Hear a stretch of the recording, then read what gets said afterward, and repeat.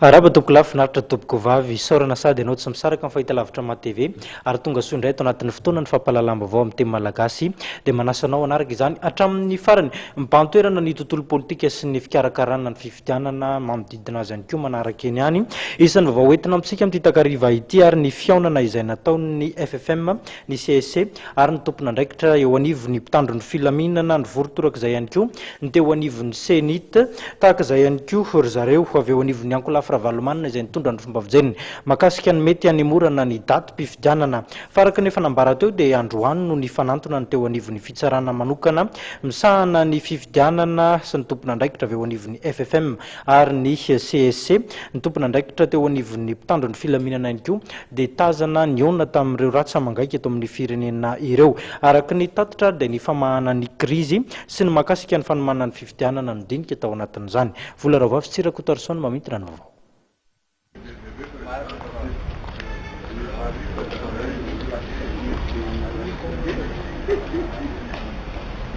Tany amin'ny manodidina ny 12 atoandro no nigadona teto amin'ny fitsarana manokana misahana amin'ny fifidianana ny delegasiona mafonja avy amin'ny FFM, CSC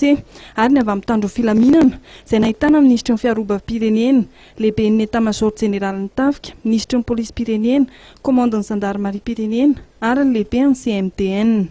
Ary nisy indrindra ny fivoriana izay niarahan'izy ireo tamin'ireo mpikambana sivy menada ao anaty fitsarana manokana misahana amin'ny fifidianana. Araka ny fanazavana dia manodidina amin'ny fifidianana no anisan'ny resahana tamin'ny dinika. Ny CSC moa zany raha mahafantatra fa izy no peanina ny karakara ny fifidianana eto amin'ny siketra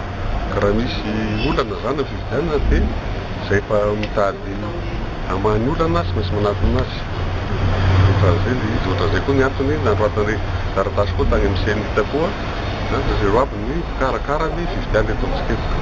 zay zany no tongavana eto ary findroma etaona zay zao ny tapi zay le izy.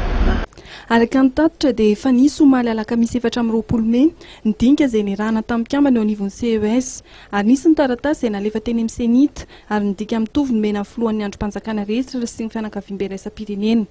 Mikasika amin'ny fanatonana ny kandida roa Ramatola Laura Valomanina sy ny amiraly Didier Ratsiraka dia toy izao ny fanazavana ny eto filohan'ny FFM. Le madama Ravalovana moa zany dia le hoe nandefa solony zay dia nanatena hoe mbola mety misy iraka idirana ihany nefa akory ny gaga nefa any magro zay na eny fa hoe tsy votonga izy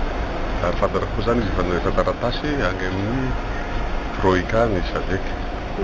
dia remeralina dia milatra amin'izao mbola tsy